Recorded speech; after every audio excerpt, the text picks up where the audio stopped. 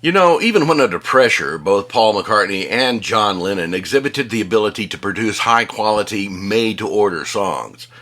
This was very apparent when the guys began working on the songs destined for use in the movie A Hard Day's Night. And I Love Her was written in 1964, either on February 5th through the 7th, or between February 22nd and the 24th after they returned home from the U.S. trip.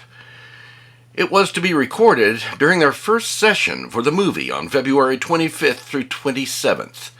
And here, probably known only to hardcore Beatles fans, are 8 things that you didn't know about And I Love Her.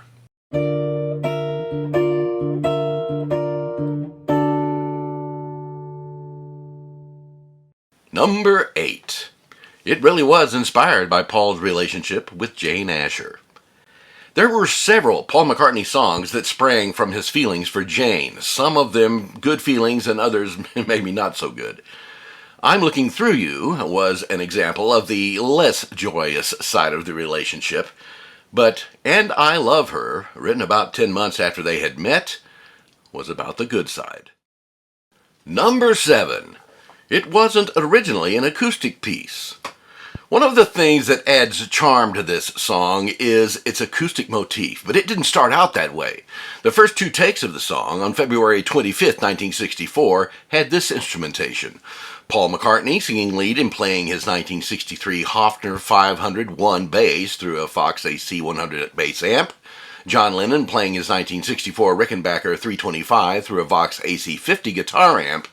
George Harrison playing his 1964 Rickenbacker 360-12 through a Vox AC50 guitar amp, and Ringo Starr on his Ludwig drum kit.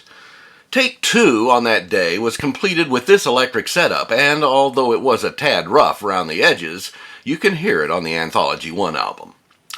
There were 17 more takes done on the next day, February 26th, which included experiments on instruments and style, and coming out of this experimentation was the acoustic setup of Paul singing lead vocal and playing his Hofner bass through a Vox AC 100, John Lennon playing the 1962 Gibson J160E acoustic electric guitar through a Vox AC 50, George Harrison playing his 1964 Jose Ramirez classical guitar, and Ringo Starr on bongos.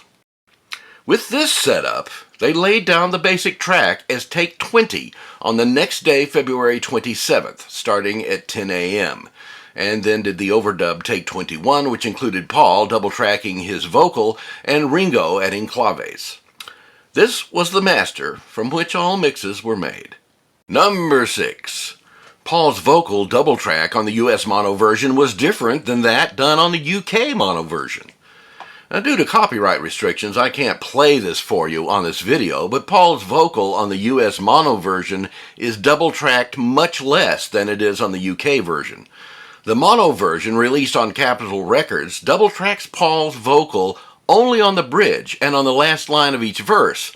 On the mono version released on Parlophone, though, Paul's vocal is double-tracked throughout the song, except for the 2 lines immediately following the bridge, "Bright are the stars that shine, dark is the sky." Aside from the fact that Capitol Records would occasionally alter the U.S. mix from that supplied by EMI, the reason for this disparity is not explained. Number 5. The key change for the guitar solo section and the remainder of the song was George Martin's idea. When first brought into the studio, Paul McCartney's composition, written in the key of E, had no key change in it. George Martin, concerned that the song was being too repetitive, was inspired to add a key modulation upward to F, starting with the middle solo section of the song. According to Paul, it was, quote, a key change that he knew would be musically very satisfying. We shifted the chord progression to start with G minor instead of F sharp minor, so it went up a semitone. Number 4. George Harrison came up with the acoustic guitar intro that made the song instantly recognizable. McCartney's original composition had no particular intro and was strictly a rhythm guitar piece.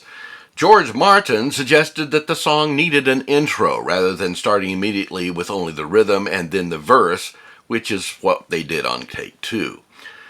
George Harrison invented the 4-note acoustic guitar riff on the spot in the studio. Number 3. John Lennon's only contribution was helping out in writing the middle section.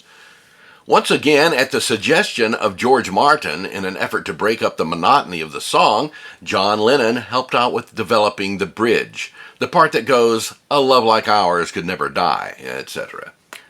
He did it as a collaboration with Paul in the studio during a break, but otherwise the song is completely the work of Paul McCartney.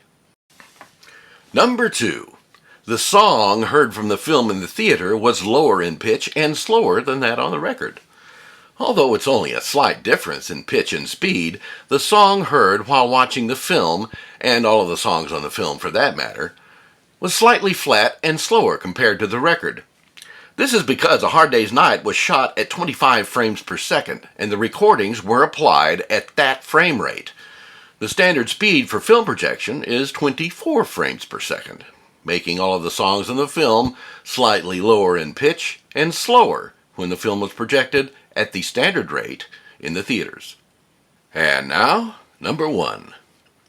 Although it became one of the Beatles' most admired recordings, the group only performed "And I Love Her" once after recording it. The Beatles played the song for the BBC radio show called Top Gear on July 14, 1964. The recording session was held at a place called Broadcasting House in London and was then broadcast 2 days later. Other than that, for that radio show, the song was never performed in public, on stage, or for TV. Production of A Hard Day's Night was unbelievably compressed. It went from concept to theatrical premiere in a matter of about 6 months, which included all production aspects like story, script, casting, costume, location selection, scene blocking, technical crew and director acquisition, and every other logistical aspect of movie making. The actual shooting schedule for the thing was a mere 7 weeks. Against this backdrop, the Beatles were obligated to create new songs for the movie, and orchestral scores had to be developed around some of those songs, putting additional pressure on them to produce them as soon as possible. This makes the tender style and production quality of "And I Love Her" even more astonishing. It was, as one might say, pulled out of a hat with nothing up their sleeves. Hey, thanks for watching the video. I hope that you enjoyed it. If you did, please click that like button and leave me a comment. Let me know what you think. This would be a great time to subscribe to the channel if you haven't yet. And if you have, please consider upgrading your subscription to channel member status and become a Trooper Fellow. If you do, it will give you exclusive members-only perks. For more information, just check out the Members tab on the channel homepage. Thanks again for watching.